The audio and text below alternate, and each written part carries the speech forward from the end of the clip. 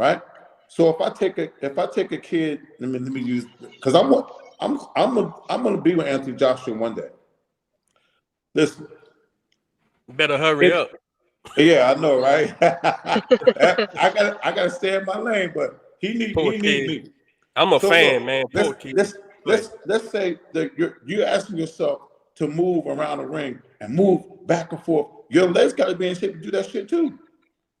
So you got to find kind of movement. shape though? Huh? What kind of shape is what they don't understand? Absolutely, and I ain't telling them. And you shouldn't, because I'm not either. Do you have connections to get to them? Can you send him a video or something? Listen, we got the best fighter in the world.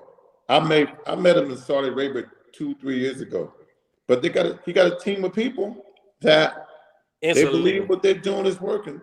And Anthony, I don't think Anthony Joshua. When I see Anthony Joshua, I see a fighter getting round 6. He wobbling back to the corner. That they're gonna do with boxing. That's something to do with conditioning. I was gonna say a lot of people think that Anthony Joshua, he doesn't really have the heart for boxing. Like he wants to do it, but it's not for him. I've heard people say that he wants to be a boxer, but he's doing it for like something else. Have y'all heard that? Most people are saying, let me squeeze in right quick, Evan. Every time I hear that, Jiff, I know they don't know what the fuck they talking about. First of all, because he is a warrior. If Anthony Joshua was a cur, there's no way he could do the things he done did in the ring. Because he's been outclassed buku times and overcame it as well as the times he didn't. Anthony Joshua was a fighting man, period. He just was developed his mind from the outside looking in. He was developed as an amateur boxer by a group of trainers who believe in amateur style fighting, and he's never graduated. He's never learned to pace himself. He's never learned to control a ring because there's so much emphasis on being big and strong. When you physically big and strong, bro, that extra muscle you toting around is fucking you up, man. You don't need to be that fucking. You don't need to be a Greek statue, bro. Because guess what? I'm 6'1", I'm down to 227 now, right? And if I hit Anthony Joshua on the button, he's out of there. Done. Because you can't straighten that. So all you doing is hitting. Maybe they're trying to make him look good in pictures. You hindering his recovery because the muscles take so much fucking red blood cells and shit to try to recover. Check this out. And I'm gonna say, and I want Evans to correct anything I'm saying wrong because I'm a boxing coach. I'm not a strength and conditioning coach, though I come from the era where your boxing coach was your conditioning coach, right? So I know the basic. I know the basic way to get guys in shape from my history in boxing, and that's also why until Evans, none of my fighters had strength and conditioning coach for real, because it took for me to talk to Regis, then talk to Evans. Me and Evans had a sit down. I didn't just say, yeah, go over there with him. Nah, I want to know what the fuck he knows and shit. And basically, while he was breaking it down just a little while ago, this is what he was saying in my terms, in coach's terms. I got to make a kid's red line go longer, meaning his put out. He can put out longer and make his recovery short. He don't need so much time to recover. And that's what a boxer needs. A boxer, if you can go balls for the fans out here, let me break it down even a fucking retarded kid can understand.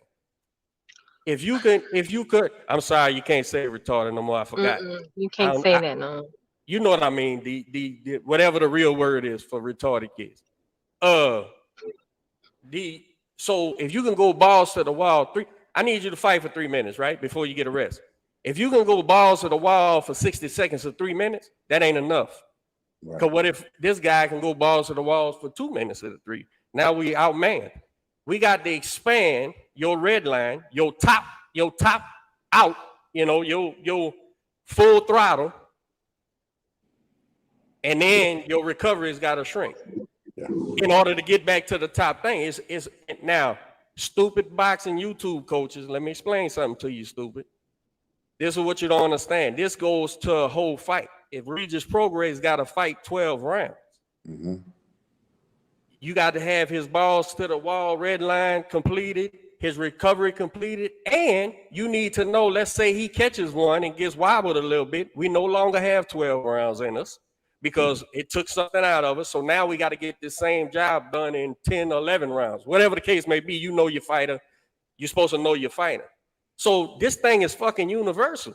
It's universal, whether it's 1 round of output, red line increase, recovery time shorten, or a continuous fight.